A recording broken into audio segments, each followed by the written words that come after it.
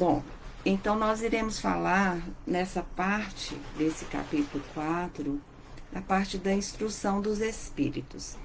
Eu não sei vocês, mas toda vez que eu leio, que eu estudo o Evangelho, eu tenho uma vontade, uma curiosidade muito grande de saber quem é aquele espírito que está mandando a mensagem. Nesse caso aqui, o espírito que respondeu as perguntas de Kardec foi o espírito de São Luís. São Luís, na realidade, ele foi um rei da França, um rei considerado um rei muito bom, muito piedoso, Luís IX. Ele foi coroado quando tinha apenas 12 anos. Então, a sua mãe, Branca de Castela, ela ficou regendo até a sua maioridade e serviu como sua tutora. E ela orientou para que ele fosse um rei bastante justo, bastante bom. Então, ele era um rei muito piedoso e muito altruísta.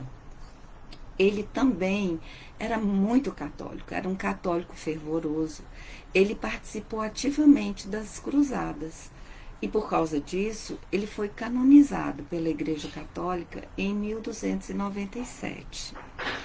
E o fato interessante a respeito de São Luís também, que ele foi um dos idealizadores e foi aquele que iniciou a construção da universidade mais famosa da França, que é a Sorbonne. Bem, então ele foi um espírito que colaborou muito com a codificação espírita. Nós vamos iniciar pelo item 25, que fala da necessidade da encarnação. Então, a pergunta é a seguinte: a encarnação é uma punição e não há senão espíritos culpados que a ela estejam obrigados? Bem, é interessante também eu dizer que essa parte do Evangelho, dessas instruções dos espíritos, não é muito aquela parte da moral do Evangelho, é uma parte mais de estudo.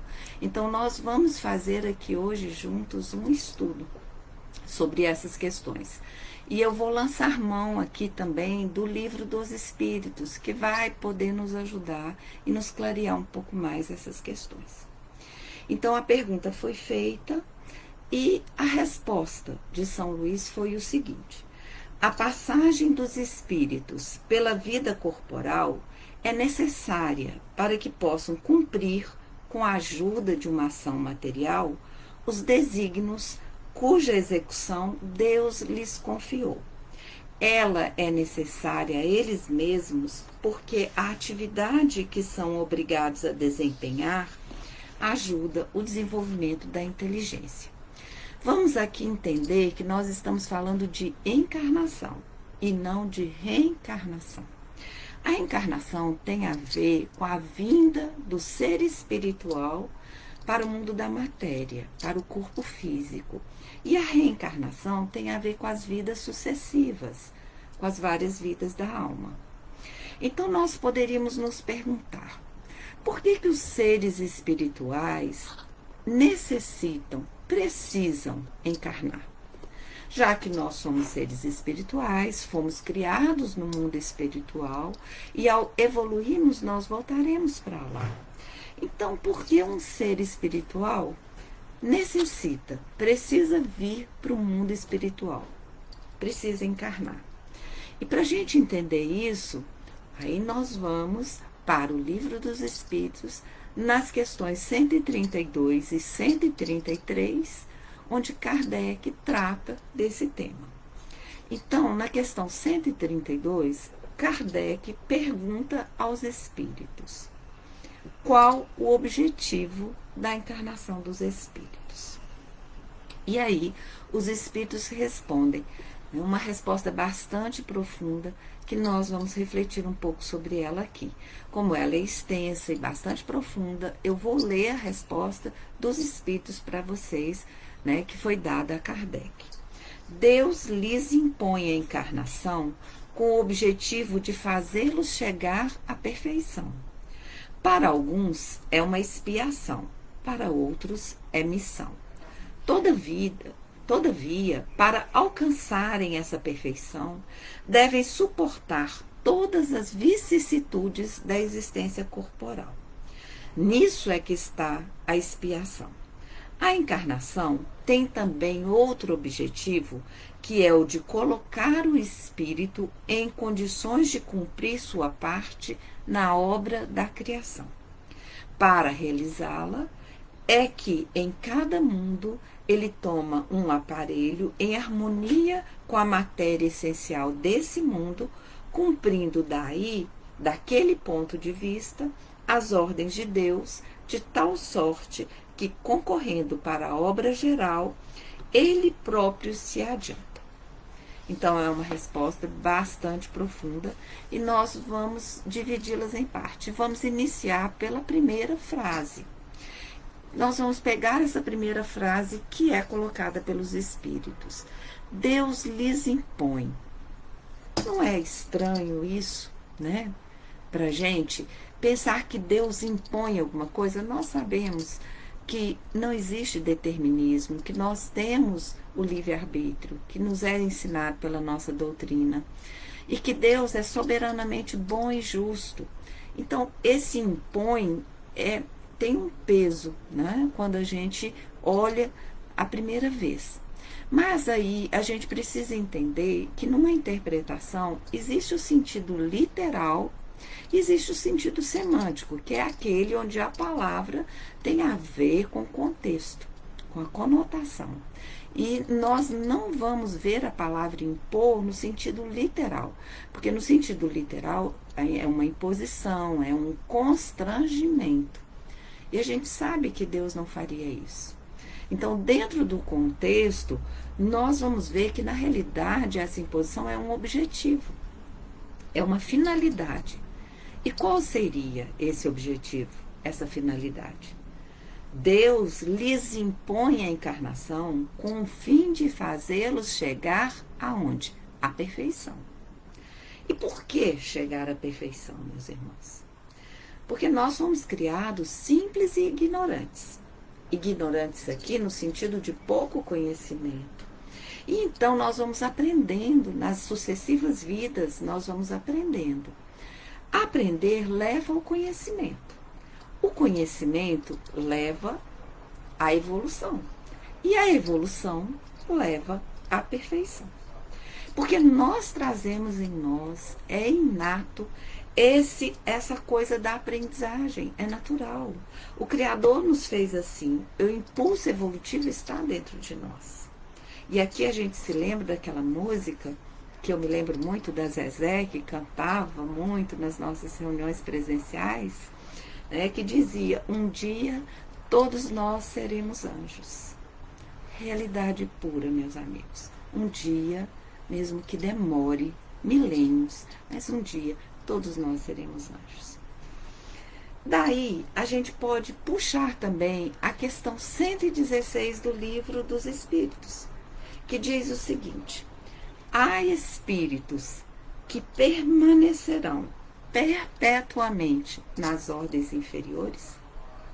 E a resposta dos espíritos é categórica: não. Todos se tornarão perfeitos. Mesmo que demore anos, séculos, milênios, eles mudam de ordem, mas lentamente, porque, como já dissemos de outra vez, um Pai justo e misericordioso não pode banir eternamente seus filhos. Pretenderias, pois, que Deus tão grande, tão bom, tão justo, fosse pior que vós mesmos?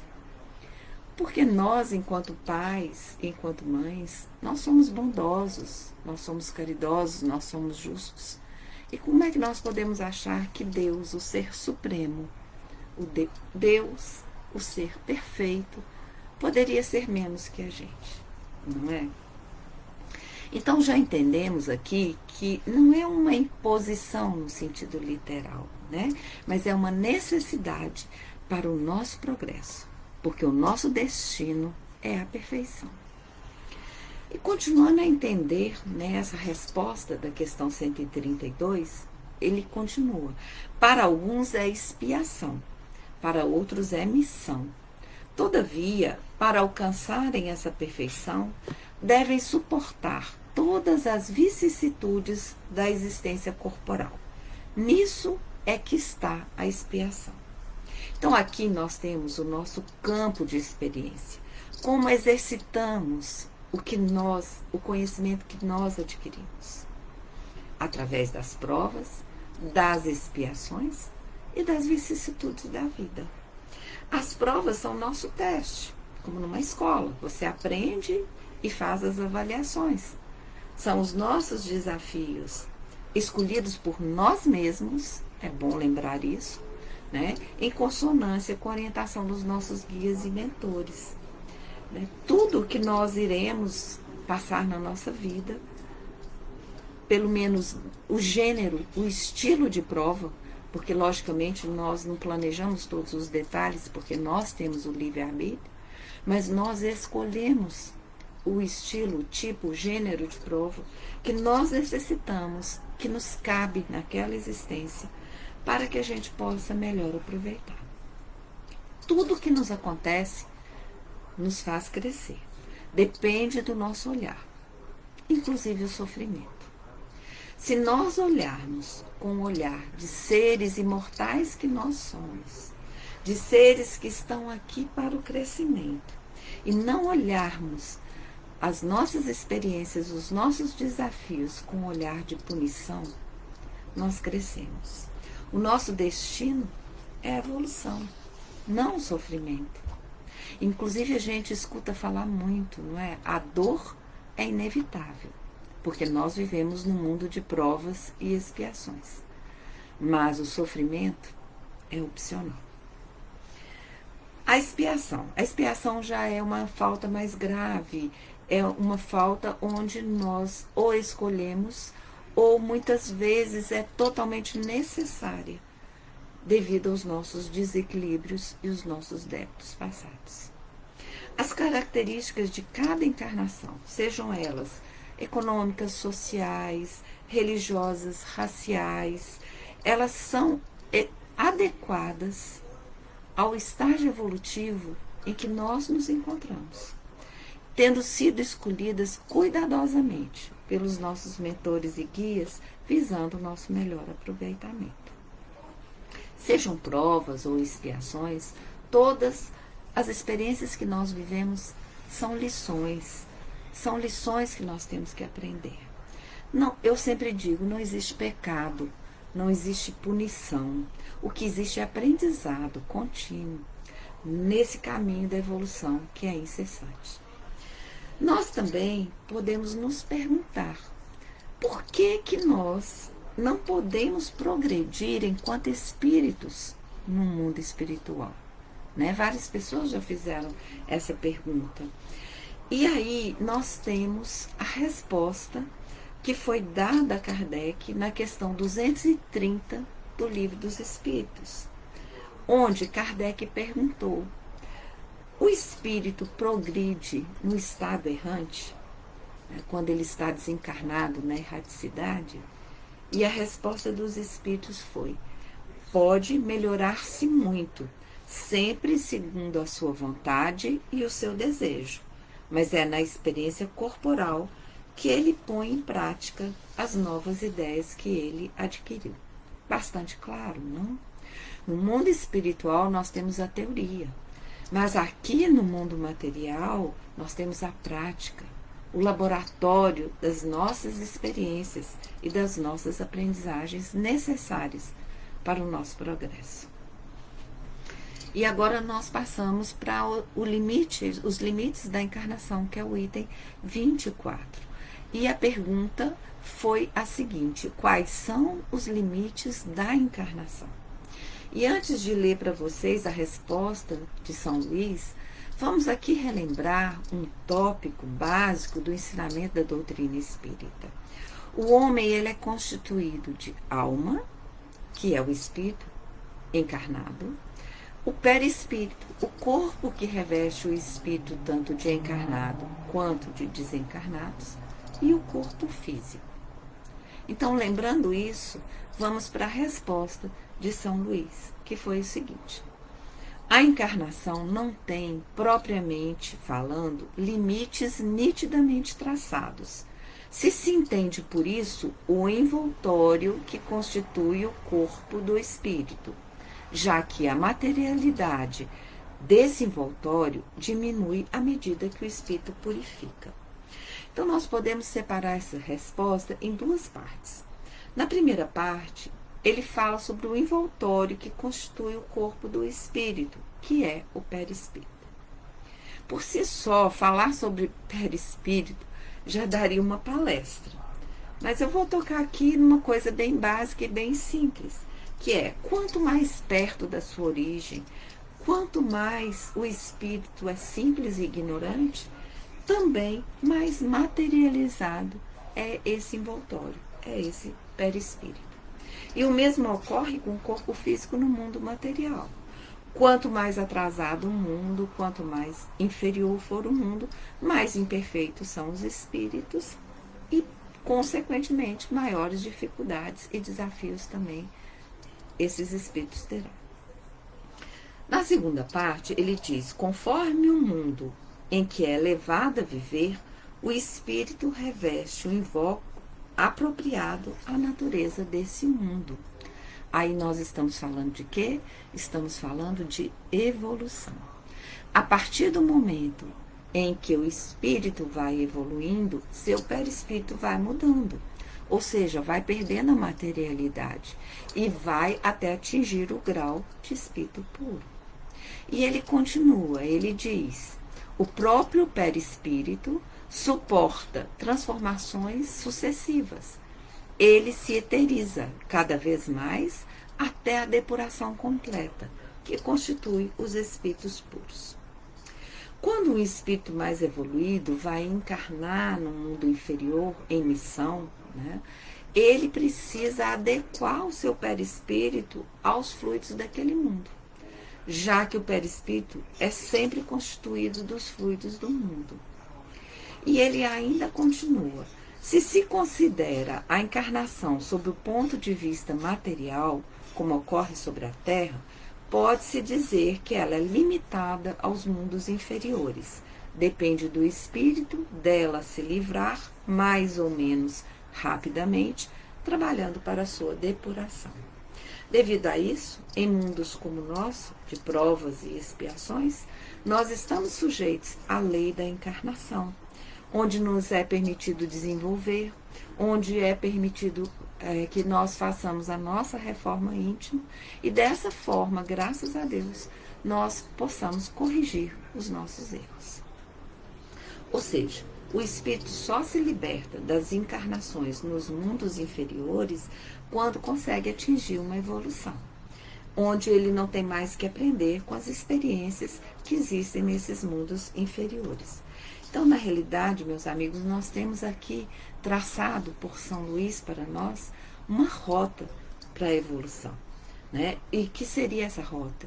Seria fazer a nossa reforma íntima, vivenciar as lições do nosso Mestre Jesus, e dessa forma nós estaremos caminhando para nos libertar das encarnações nos mundos inferiores. E terminando aqui, lembrando do nosso querido Chico Xavier, que já dizia: já que estamos aqui encarnados, vamos ficar o máximo de tempo possível, já que é tão difícil reencarnar. Então, que nós possamos aproveitar a dádiva e o presente de estarmos encarnados aqui e agora, nesse momento. Paz e bem, e boa noite a todos.